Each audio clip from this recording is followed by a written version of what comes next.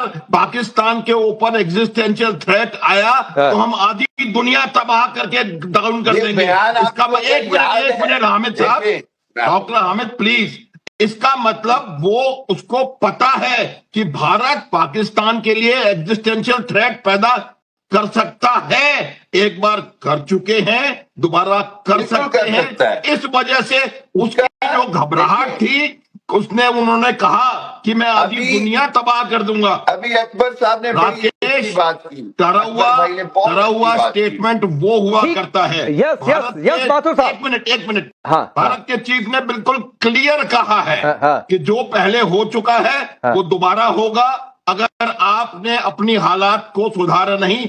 ये होती है विक्टोरिया जनरल। ठीक है, 30 सेकंड और मशकी साहब, 30 सेकंड और फिर मैं दिनेश नैन जी और मेजर नदीम आपके पास आता हूं। जी थैंक यू। मैं सिर्फ आपको एक बात बता दूं कि हमने तो बड़ा क्लियरली कहा कि इंडिया की जो ताकत है हमसे 6 गुना ज्यादा है, लेकिन बदकिस्मती और इंडिया की हार्ड लक ये है कि उसके पास वो जज्बा नहीं है जो मेरे पास है, उसके पास वो प्रोफेशनलिज्म नहीं है जो मेरे पास है, उसके पास वो यूनाइटेड नहीं है, वो जज्बा मेरे पास है। मैं अकड़ से लड़ता हूँ, मैं कौम पूरी खड़ी होती है। अब सुनिए, सच पे ठीक है मशकी साहब मैं आता हूँ। अब सुनिए एक बात जो आप कह रहे थे ना सर, हिंदुस्तान कितना अलग थलग पड़ गया है, एक छोटा सा आंकड़ा देता हूं, फिर मैं दिनेश नैन जी के पास जाता हूं। अभी हमारे प्रधानमंत्री, सुनिए सर, सुन लीजिए मशकी साहब, सुन लीजिए, मेरी आदत है मैं थोड़ा बहुत आंकड़ा लेकर ही आता हूं। हमारे प्रधानमंत्री इस समय 5 देशों के दौरे पर हैं। 2 देश हो गए, यूएई से उन्होंने शुरुआत किया, 4-5 घंटे का सिर्फ दौरा था। उसमें एक इंपॉर्टेंट है, एक सिर्फ पॉइंट आपको बता रहा हूं, स्ट्रेटेजिक पेट्रोलियम रिजर्व अपने खर्चे पर यूएई सहमत हुआ है कि भारत के लिए 30 मिलियन बैरल, 30 मिलियन है बिलियन है, दिनेश नैन जी आप बताइएगा, इतने बैरल स्ट्रेटेजिक पेट्रोलियम रिजर्व अपने यहां रखेगा भारत के लिए। ये एक सहमत है। तो आप छोड़ दीजिए सारे, आपका मुमालिक है ना, आपका मुमालिक है। दिनेश नैन ये आंकड़ा जरा इनको और समझाइए कि इसके मायने क्या होते हैं, जो कह रहे थे कि अलग थलग पड़ गया हिंदुस्तान।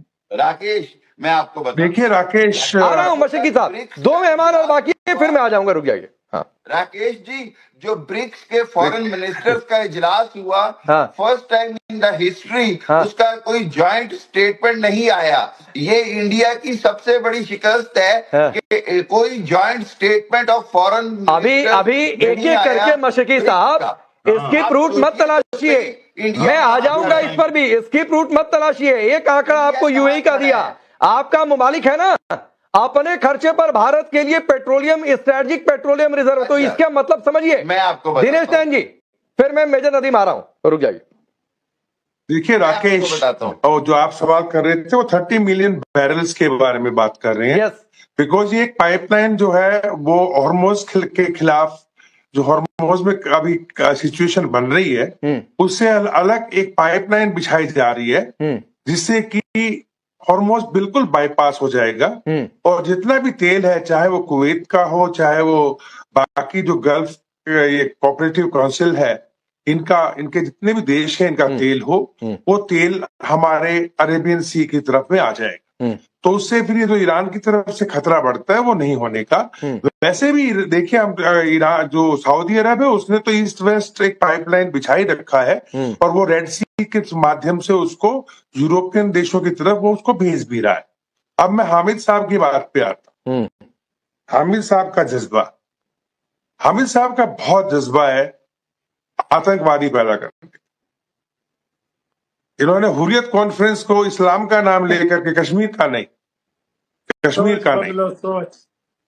ये इनका जज्बा ऐसा है कि इतने अच्छे धर्म को जो कि इस्लाम है उसको इस्तेमाल करना अपने फायदे के लिए, और उस फायदे को इस्तेमाल करते हुए ये भी नहीं देखा कि किस बेगैरत तरीके से खुद मुसलमानों के साथ में जुल्म करते हैं।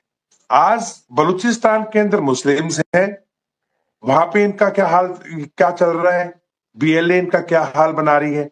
अभी बताया गया यूसुफ साहब द्वारा कि 20 से 21 के करीब लोग इकट्ठे, इनके सैनिक जो हैं वो खैबर पख्तूनख्वा के इलाके में टीटीपी ने उड़ा दी। मैं फिर आता हूं मेजर नदीम, ये जज्बा है तो जज्बा मुल्क को आगे बढ़ाने में लगाइए भाई। ये सारा जज्बा आतंकी पैदा करने में क्यों लगाते हैं? ये सारा जज्बा आमिर हमजा जैसों को पैदा करने में क्यों लगाते हैं? ये सारा जज्बा लादेन जैसे लोगों को छिपाने में क्यों लगाते हैं? हाफिज सईद को छिपाने में क्यों लगाते हैं? मैं बताता हूँ। अब दूसरा सर, अल्हम्दुलिल्लाह ये जज्बा, ये सर दिनेश को शायद पता नहीं चला कि उनकी बोलती बंद हो चुकी है, वो बोले जा रहे हैं। नेटवर्क बंद हुआ है, बोलती नहीं है। नेटवर्क में दिक्कत है, मौसम ऊपर नीचे हो रहा है, नेटवर्क में दिक्कत है। इसकी बंद है, ये सबको पता है।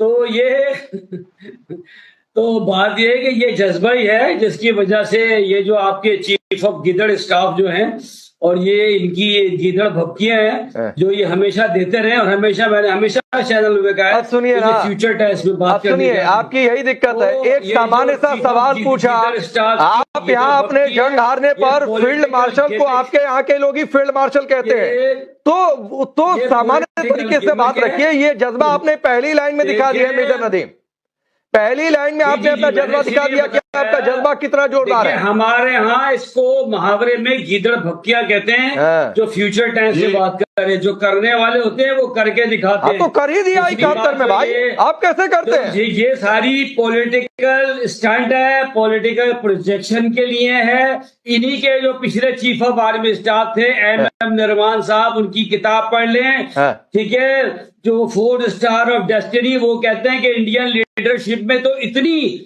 जो है वो हिम्मत नहीं है कि इसके ऊपर कोई डिसीजन, जैसे ये कि सामने से टैंक आ रहा है, मैंने उनसे कहा कि 80 गज पर रह गया, मुझे बताएं मैं इसको उड़ाऊं नहीं उड़ाऊं, ठीक, हमारे 20 बंदे मर गए, कुछ करूं। तो ये इंडिया आधी पढ़ते हैं क्या लीडर मेजर नदीम? अगर किताब एक तो अलबत्ता सुनिए, एक लाइन है, अलबत्ता किताब, एक मिनट रुकिए दिनेश नैन सर, अलबत्ता वो किताब तो पब्लिश नहीं हुई है। अब मान लीजिए कहीं से इन्होंने अनपब्लिश्ड वर्जन अगर पढ़ भी लिया है तो थोड़ा सा 4 लाइन आगे का भी पढ़ लेते, जिसमें प्रधानमंत्री की ओर से ये कहा गया था कि जो करना है कर लो, उड़ाना है तो उड़ा दो टैंक। वो वाली लाइन मेजर नदीम ने नहीं पढ़ी, 2 टुकड़े करने हैं कर दो, वो लाइन नहीं पढ़ी। You are right Rakesh, major Nadeem, I am always right, Hindustan is always right major Nadeem. मैं बिजी हूँ, कहा के सो रहा हूँ, आपने जो करना है कर लो भाई, ठीक है, खुद ही फैसला करो, मुझे क्यों पूछ रहे हो? अरे तो छोड़ दिया भाई का मसला है यार। अरे अभी मुझे किसी ने कहा यार कमाल के सैनिक है ये लोग, की बात करते कभी घड़ियां दिखाते हैं। नहीं एक बात और है दिनेश नैन सर, एक बात और है मेजर नदीम, एक मिनट दिनेश नैन सर, मेजर नदीम सुनिए ना भाई, एक तो मुझे नहीं पता था कि आप शो में वगैरह लेकर आते हैं, ठीक है, मुझे नहीं पता था कि आप शो में इस तरीके से भी आते हैं, पहले बता दिए होते। दूसरी बातचीत है कि आपके यहाँ तो मैंने सुना है कि ये सब अलाउड ही नहीं है भाई, 50 साल तक बेचना बंद था, इतनी माली हालत खराब हुई कि अब तो लिकर का एक्सपोर्ट शुरू हो गया है पाकिस्तान में। तो छोड़ दीजिए सर, वो छोड़ दीजिए, जवाब सुनिए दिनेश नैन से, फिर मैं आगे बढ़ता हूँ। देखिए मैं राकेश, आप मेजर नदीम को देखिए, एक पाकिस्तानी आर्मी ऑफिसर बोलते हैं अपने आप को, और मेरा एक नेट खराब होने से बोलते हैं मेरी हालत खस्ता हो गई। इनके दिमाग में यही है, ये जो है ना, जो हमीद कह रहा था फैक्ट, ये फैक्ट को नहीं पहचानना चाहते। इनको नहीं पता कि इनके लिए कितनी बड़ी मुसीबत है। अभी तहरीके तालिबान पाकिस्तान, यहाँ पे मैं गीदड़ धमकियां नहीं दे रहा हूँ, टीटीपी आपको धमका रहा है, मार रहा है, मैं नहीं कर रहा हूँ भाई, मैं तो चुपचाप बात कर रहा हूँ। आप लोग क्यों पहले टीटीपी को देख लो, टीटीपी अभी अफगानिस्तान के तालिबान भी बैठा है, हमारे जो चीफ ने बोला है उसको समझने की कोशिश करो, आप अहमकाना बातें करनी बंद करो। उन्होंने कहा है कि ये टाइम है, अगर पाकिस्तान ने वापिस से पाकिस्तान ने आतंकी बनने की कोशिश की, तो जो हालात हैं आपके, वैसे भी नदीम मैं बोल लूं, मेरे नेटवर्क जाने में तो आप बहुत बोले होंगे, मेरे को भी बोल लेने दो। तो मैं ये बलूचिस्तान, वजीरिस्तान, खैबर पख्तूनख्वा छोड़ो, आपके लोगों ने, आपके आसिम मुनीर ने तो सभी सूबों को 12 सूबों में बांट दिया है अभी। नहीं, ये तो खुद ही 24 बता रहे हैं कि 24 सूबे बन जाएंगे। मेजर नदीम, अच्छी बात है, आप इसी तरीके से फखर यूसुफ जाई ये इसी तरीके से हल्के मूड में बैठते हैं क्या मेजर नदीम? हमने इंडिया के 28 टुकड़े करने, देखिए 47 में हमने आप इंडिया का नाम लेना बंद कर दो नदीम साहब। हमने इंडिया के ऐसी हालत में हो नदीम कि आपके मुंह पे थप्पड़ मारता है बलूचिस्तान, पिछवाड़े में मारता है टीटीपी, और आपके बाल पकड़े हुए हैं अफगानिस्तान ने। नहीं ठीक है, सपने देखने दीजिए, आपको जूता कम से कम मेजर नदीम को दिन में सपने देखने का हक है, दिन में सपने देखने का हक है। मेजर नदीम देखते रहिए, लेकिन फखर भाई ये इसी तरीके से हल्के होकर बैठते हैं क्या शो में मेजर नदीम? हाँ सर, पिंजरा जो है ना, एक सूबे के वजीरा, एक मुल्क के रुकिए मेजर रुक जाइए।